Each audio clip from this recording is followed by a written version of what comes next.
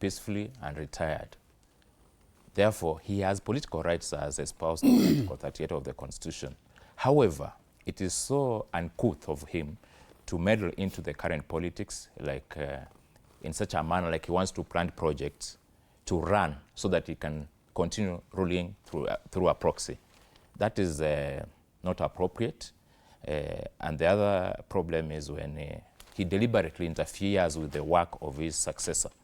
Previous presidents continued being mentioned in politics here and there, but we never heard of them getting directly involved, especially in terms of stage managing the succession debate or in terms of stage managing an election, the way he's trying to get involved. How would the retired president stage manage an election?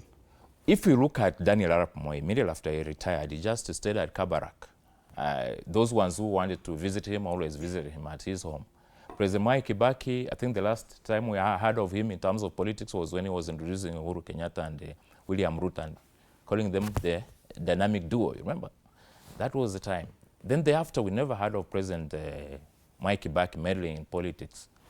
I think President Uhuru Kenyatta had his opportunity, and he should also allow those ones who have come after him to lead or to organize the country in the best way that they can. And it's interesting you've made that comparison between President Mwai Kibaki the late and Uhuru Kenyatta, because you say even Mwai Kibaki endorsed or introduced candidates. He introduced and he disappeared. Candidates that he felt people should vote for. Yes. Why is it wrong for Uhuru Kenyatta to do so? He never, even the President right now he's doing it as a retired president, not even as president. President Mwai Kibaki never said it so explicitly. He just said that this will be a dynamic duo.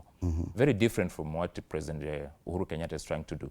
You know, there are situations whereby you can easily suspect that there was some kind of unfinished business.